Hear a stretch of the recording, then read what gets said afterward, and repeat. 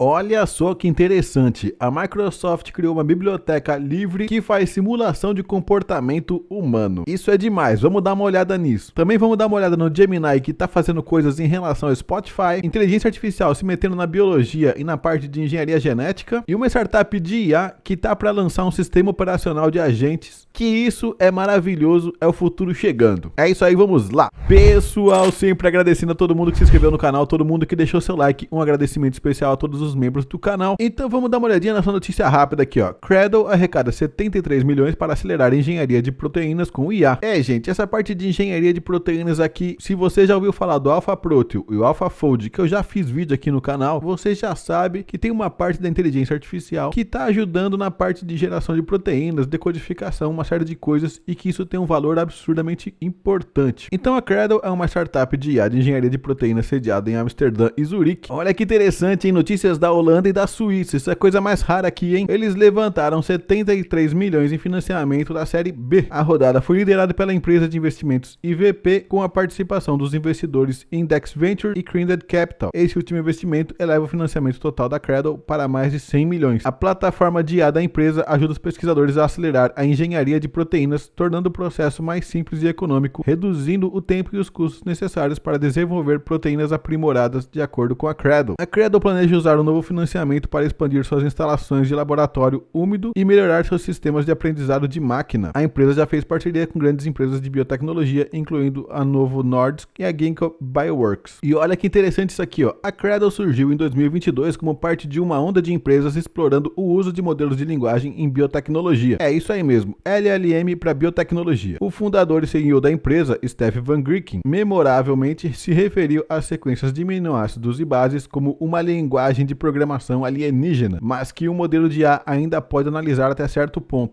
Eu adoro essa analogia do DNA com linguagem de programação alienígena. Mas por que, Bob? Você acha que tem um alienígena que mandou DNA aqui pra Terra algum dia? Eu não sei, eu só acho essa teoria maravilhosa. Tem sempre aquela coisa que a gente tem certeza que é verdade e tem aquela coisa que a gente gostaria que fosse. Eu acho que se a história da humanidade fosse esse enredo, alienígenas mandaram DNA aqui pra Terra e povoaram o planeta, isso seria aquela novela das 8 maravilhosa. A abordagem da empresa era acelerar os testes de grandes biomoléculas como proteínas, que atendem a inúmeros propósitos na medicina e na indústria, ao tentar encontrar e recomendar sequências que afetam qualidades desejáveis. Então, se você tem uma proteína útil, mas quer que ela seja mais resistente ao calor, o modelo procura sequências que tendem a quebrar em temperaturas mais quentes e oferecem alternativas que não mudarão suas funções de outra forma. Interessante, né, gente? É uma forma de você usar a inteligência artificial trabalhando com genética. Empresas que desenvolvem produtos como terapias de anticorpos contra uma determinada doença ou enzimas para um detergente normalmente realizam dezenas de rodadas experimentais para melhorar a eficácia, a segurança e capacidade de fabricação de sua proteína, disse ele em um e-mail para o TechCrunch. E aqui eles mostram que uma proteína sequenciada, a estabilidade, a atividade aqui, e tem um pouquinho de informação sobre a proteína. Essas rodadas experimentais podem custar dezenas ou centenas de milhares de dólares e levar muito tempo, sem mencionar a adivinhação e sorte que influenciam nisso. Embora estudo cuidadoso e intuição contribuam para o resultado, há inevitavelmente muita imprevisibilidade nesse espaço e qualquer método para reduzi-la é bem-vindo. Então a ideia é essa, né? Quando você vai fazer uma busca por algum elemento ali, por algum ponto específico nas proteínas, você vai ficar gastando tempo com ensaio. E que bom seria que uma inteligência artificial já auxiliasse você nos primeiros insights, olhando aquelas proteínas e já apontando algumas direções que pudessem te auxiliar em encurtar esse caminho. Ele também observou que seu modelo de negócio Software as a Service simples se mostrou popular, pois não há necessidade de se preocupar com royalties, divisão de receita ou problemas de propriedade intelectual, que significa que ele consegue fazer com que os clientes usem o serviço dele sem precisar ficar instalando nada, nem ficar baixando nada. E aqui ele comenta, ó, acreditamos que a IA na descoberta e o desenvolvimento de medicamentos acabará sendo um commodity e qualquer equipe deve ter acesso a ela. É interessante, né? De repente aí você tá querendo fazer alguma coisa na área de saúde, não sabe exatamente o que fazer e de repente aplicar LLM para fazer algum tipo de tratamento ou LLM para fazer algum tipo de pesquisa, auxiliar na pesquisa, é sempre bem-vindo. O que você achou dessa ideia? Próxima notícia. Startup de IA Dev Agents arrecada 56 milhões de dólares para construir sistema operacional de agentes. É isso aí, um sistema operacional de agentes. Bom, isso casa perfeitamente com a ideia do Jensen Huang da Nvidia, que ele está querendo fazer um hardware que já é inteligência artificial por natureza. E isso se encaixa perfeitamente na nossa ideia humana, que a gente não tem um sistema operacional, a gente já roda a nossa rede neural com o nosso cérebro direto no hardware. Então parece que a gente está meio que seguindo os passos da natureza e vai acabar chegando no mesmo lugar. lugar, provavelmente. A startup de IA Dev Agents garantiu 56 milhões em financiamento para criar um sistema operacional para agentes de IA. A empresa visa permitir que os computadores colaborem como os humanos, o que requer desenvolvimento de novas interfaces de usuário, modelos de proteção de privacidade atualizados e uma plataforma de desenvolvedor simplificada, diz a empresa. Porque é assim, né? Se você vai colocar uma inteligência artificial como sistema operacional, não vai ter mais isso que a gente tem aqui. Telas, cliques, botões, todas essas coisas, interface, aplicativos, não tem. Ou melhor, se tiver, vai ser mediado pela interação com a inteligência artificial. O que vem na minha cabeça? Por exemplo, a Microsoft está criando o Copilot. O Copilot te ajuda a usar o Windows. Mas o que eu acho que faz sentido é não ter mais isso. É você fazer o computador realmente ser um agente por natureza e não ter mais sistema operacional e as aplicações serem todas mediadas pela inteligência artificial. O grande problema disso é que as inteligências artificiais de hoje não são robustas o suficiente para lidar com essa interação. Porém, se essa galera está começando agora e se esses problemas de consistência na inteligência artificial forem resolvidos lá na frente, me parece uma excelente ideia e um excelente momento para começar. A onda tá chegando e o cara já tá remando. A equipe fundadora reúne vários líderes de tecnologia experientes. David Singleton se junta como ex-CTO da Stripe. Ficus Kirkpatrick liderou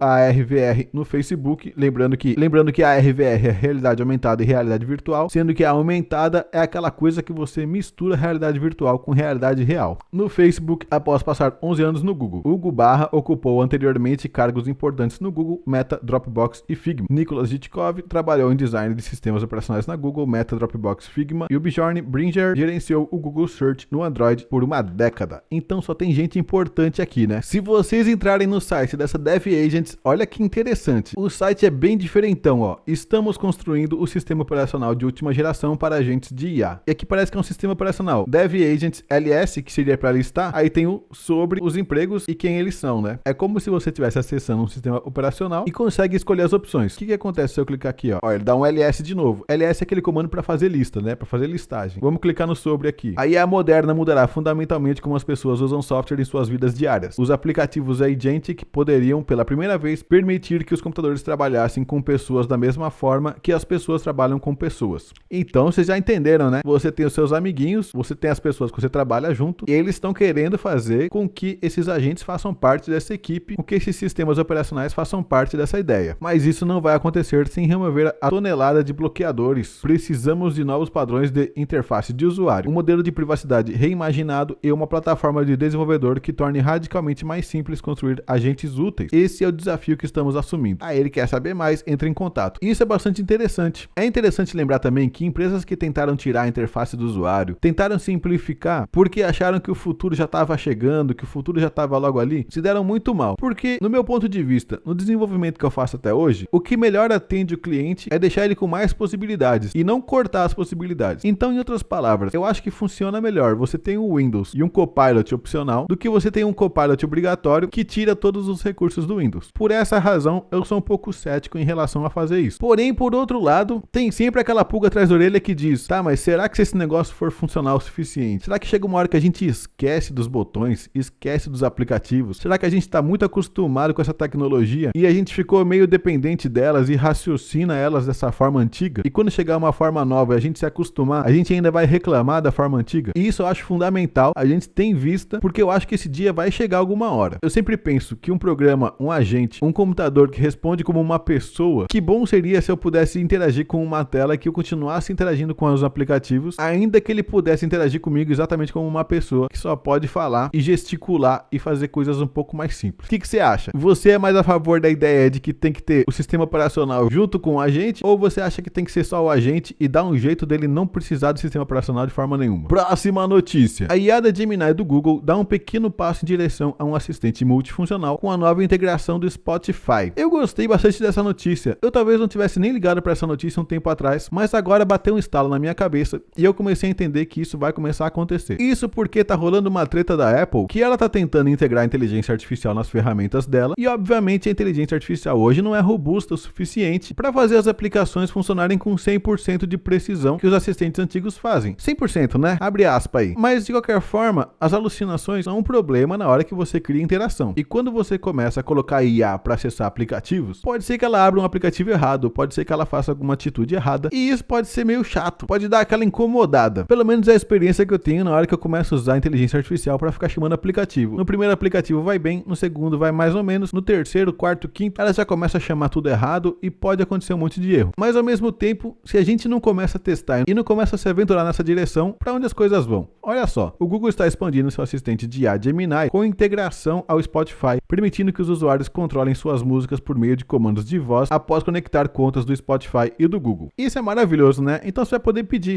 toca aquela música, faz aquilo, toca Raul, você pode falar alguma coisa assim. O novo recurso permite que usuários solicitem músicas, álbuns, artistas e playlists pelo Gemini. Ele está disponível apenas em inglês por enquanto e requer uma assinatura do Spotify Premium para tocar músicas específicas. Maravilhoso, né? Os usuários também não poderão criar playlists por meio do Gemini. Quando vários serviços de músicas estiverem conectados, o assistente de IA usará como padrão o serviço usado mais recentemente, a menos que seja explicitamente informado o contrário. Então, se você já tiver o YouTube Music conectado, terá que dizer ao sistema para alternar para o Spotify ou alterná-lo nas extensões do Gemini quando estiver disponível. É isso aí, aquela coisa, né? A Google é aquele elefante branco que toda hora que precisa manobrar, demora, é meio lenta e cria algumas funcionalidades que às vezes são meio esquisitas, que ela não resolve tudo, mas pelo menos já tá dando alguns passos. O Google diz que o Gemini só acessará conteúdo pessoal de outros serviços com permissão explícita do usuário. Quando os usuários interagem com serviços de terceiros, as informações são compartilhadas de acordo com as políticas de privacidade desse serviço. Uma coisa interessante que vale a pena falar sobre o Gemini é que ele sempre foi bastante criticado, ele teve um péssimo começo com o pé esquerdo e que a maioria das pessoas torce o nariz para as coisas da Google e das coisas da Gemini por conta desses problemas que ela teve no lançamento, que os modelos cometiam alguns erros e tal, e que no geral eles cometem bem mais erros que as outras LLMs. Porém, eu preciso ressaltar que recentemente, olha só, no LLM Arena, o Gemini na versão 11.21, que ou seja, é do dia 21/11, que é super recente, e esse 11.14, que é de 14/11 agora, eles estão aqui ficando nos primeiros lugares dessa competição de IA. E isso é muito bom, mas tem um detalhe aqui, tá vendo nesse Rank Control Style? Ele tá em segundo aqui e tá em quinto aqui. Significa que quando você dá instruções para ele de controle de estilo, ele ainda não é muito bom. E nesse sentido, o ChatGPT 4o ainda continua aqui, em primeiro lugar, empatado junto com o Gemini, só que no ranking do controle de estilo, ele tá melhor. Mas uma coisa já dá pra ver, a versão do dia 21, comparada com a versão do dia 14, melhorou 3 pontos aqui no ranking de estilo. Por que eu tô falando isso? Porque vale a pena, de repente, começar a dar uma reavaliada, dar uma testada, porque parece que essa tentativa aqui que a Google tá fazendo de lançar essas versões experimentais aqui, tá dando bastante certo. E olha que a diferença dos dias aqui, do 14 pro 21, é uma distância bastante curta. Isso significa que parece que a equipe de IA deles está bem focada em fazer um modelo de IA que agora seja relevante. Eu tô bem esperançoso de que a Google vai dar uma mexida, vai dar uma chacoalhada, vai dar uma melhorada no modelo dela, e em 2025 ela vai parar de passar vergonha com esse modelo de Gemini atual. O que você acha disso? Continuando aqui, construindo um controle mais amplo sobre os aplicativos. A adição do Spotify segue várias outras integrações anunciadas recentemente. O Google adicionou compatibilidade com o Workspace anteriormente em setembro, com integrações com WhatsApp, Google Home, Phone e Message seguindo depois. O controle direto de aplicativos aproxima a IA da compreensão e da ação de comandos de voz, o que alguns chamam de IA agêntica. Esse recurso pode representar um importante avanço para os sistemas de IA, permitindo que eles não apenas entendam solicitações, mas também as executem por meio de aplicativos e serviços, tornando-os mais práticos para tarefas cotidianas. É isso aí, parece que é a tendência para 2025. Eu tenho certeza que até o final de 2025 isso vai estar muito mais maduro e a gente vai estar usando muito mais. Embora o antigo assistente do Google já controle muitos aplicativos, ele não tem habilidades avançadas de conversação do Gemini. O Google não revelou se o Gemini usa novas soluções técnicas para o controle de aplicativos ou se baseia em sistemas existentes. Fontes dizem que o Google está desenvolvendo um assistente de IA ainda mais capaz com o codinome Jarvis. E a gente já falou desse Jarvis aqui. Basicamente, a Google já tá meio que fazendo esse Jarvis. Ela tá liberando aos poucos, tá vendo as coisas darem certo ou darem errado e tá ali se mantendo mais ou menos neutra em relação a isso. Mas a ideia do Jarvis é transformar tudo que a Google já faz agora num grande assistente, que acessa aplicativos, que faz interação com e-mails, que faz tudo aquilo que você gostaria que ela fizesse, te ajudasse a fazer o roteiro das suas férias e por aí vai. Semelhante ao recurso, o uso do computador demonstrado recentemente pela Anthropic, esse sistema visa controlar interfaces de usuário padrão sem exigir trabalho especial de integração. Isso aqui é maravilhoso. Se você não sabe o que está falando desse uso do computador, assista esse meu vídeo aqui que eu mostro o que é o uso do computador, que é uma coisa maravilhosa. Mas como a gente já acabou de falar na notícia anterior, esse uso do computador e esse uso dos agentes controlando as coisas do computador computador tem questões de segurança ali e tem questões de privacidade que ainda vão precisar amadurecer um pouco mais. Próxima notícia, e essa aqui é a mais interessante, hein? A biblioteca TinyTroop da Microsoft cria grupos de foco virtuais com tecnologia de IA para testes de produto. Tá, o que é isso? O que tem a ver com isso aqui, ó? Isso aqui é o seguinte, ó. A Microsoft lançou o TinyTroop, uma biblioteca de código aberto que cria simulações de comportamento humano alimentadas por IA em cenários virtuais. Gente, é aquilo que a gente quer, né? Fazer algumas simulações ali e ver o que acontece. O sistema pode ajudar empresas a testar produtos e ideias sem contratar grupos focais reais. Muito interessante, ó. A TinyTroop usa grandes modelos de linguagem como GPT-4o para criar Tiny Persons, agentes de IA com personalidades, interesses e objetivos específicos. Esses agentes podem interagir uns com os outros em ambientes virtuais chamados Tiny Worlds, onde eles conversam e completam tarefas. Interessantíssimo, né? Isso aqui é muito bom. O sistema adota uma abordagem diferente das simulações de jogos ao focar em cenários de negócios e produtividade. As empresas podem testar anúncios digitais em públicos simulados antes de gastar seus orçamentos de anúncios ou avaliar mecanismos de buscas e chatbots com entradas automatizadas do usuário. Isso aqui me chama bastante atenção, gente. Esse negócio assim, imagina que você quer rodar um anúncio ou que você quer fazer um teste de público-alvo. Você tem um produto que você não quer saber como é que elas vão reagir. De repente você pode fazer uma simulação com o IA para saber se as pessoas vão gostar do teu produto ou não. Eu já mostrei nas notícias anteriores que a previsão do comportamento utilizando inteligência artificial baseado em conversas com as pessoas, eles têm um acerto de 85% nas predições do gosto do público. Então, se você conhece bem o seu cliente ou se você tem uma IA que conhece bem os seus clientes, isso vai ser um ponto fundamental na hora de fazer um anúncio. Principalmente porque você vai conseguir fazer uma pesquisa de mercado antes de perguntar as coisas para as pessoas. E eu tenho certeza que esses modelos de IA vão só melhorar com o tempo e fazer com que os produtos sejam cada vez mais conectados com as necessidades dela e que os criadores de produtos consigam acertar cada vez mais nas necessidades das pessoas. E aqui tem um exemplozinho bem básico aqui, ó. Ele roda um mundo aqui e aqui ele tem 4 etapas para fazer. E aqui tem 2 agentes trabalhando. Um é a Lisa e outro é o Oscar. A Lisa tá pensando algumas ideias aqui para fazer a integração com o Microsoft Word. Tá tudo em inglês, mas a ideia básica é que ela tá falando assim: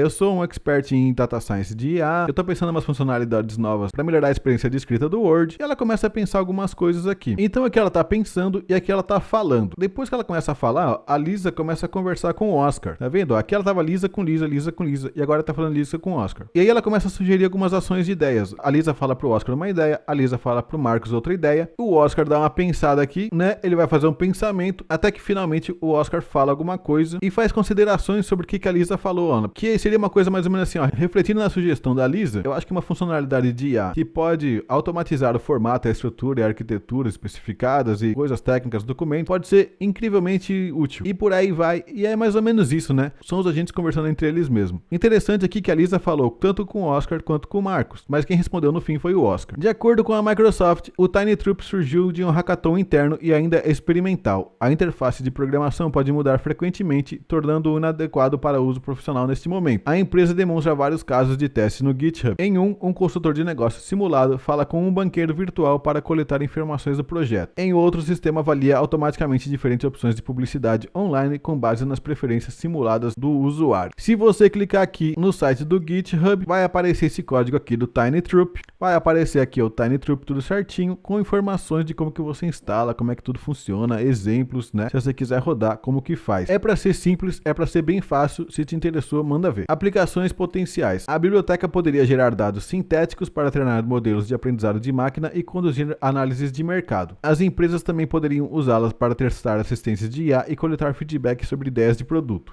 A Microsoft sugere que o sistema poderia avaliar projetos de perspectiva profissionais específicas, como médicos, advogados ou cientistas. Isso é bem interessante, né? Essa automatização do feedback humano, essas prévias que vão poder ser feitas a partir de agora. Isso complementa pesquisas recentes de IA, mostrando que modelos de linguagem podem, dentro de limites, produzir simulações confiáveis com base em transcrições de entrevistas humanas, que foi o que eu falei. A Microsoft está buscando ativamente feedback da comunidade enquanto continua a desenvolver o sistema. Pessoal, esse negócio aqui está entrando no momento muito mais interessante do que parecia a princípio. A gente não só está criando ferramentas para ajudar a gente a trabalhar, para ajudar a fazer coisas pra gente, mas a gente está criando coisas que a gente nem estava imaginando, que é criar simulações de ambiente, criar simulações de contextos diferentes, simulações de pontos de vista das pessoas, e com isso conseguir fazer coisas que talvez a gente nem fizesse. Quantas empresas que lançam produtos nem sequer fazem uma entrevista de mercado? Então, de repente, pode ser uma ideia para você que está assistindo. Você pode ser uma empresa de pesquisa de mercado, baseada em IA, IA. Isso já existe hoje sem IA. Existem pessoas hoje fazendo pesquisa de mercado com seres humanos. E de repente pode ser uma feature nova. Tem uma empresa que tem vários agentes com várias personalidades, de vários nichos, de várias idades, que podem responder pesquisas de mercado e ajudar empresas que não faziam testes de mercado a começar a pelo menos dar um passo nessa direção. O que você achou? Se você quiser apoiar o canal para continuar vendo vídeos como esse, seja membro. Os membros têm acesso ao grupo do WhatsApp e vídeos antecipados. É isso aí. Deixa aquele like. Valeu!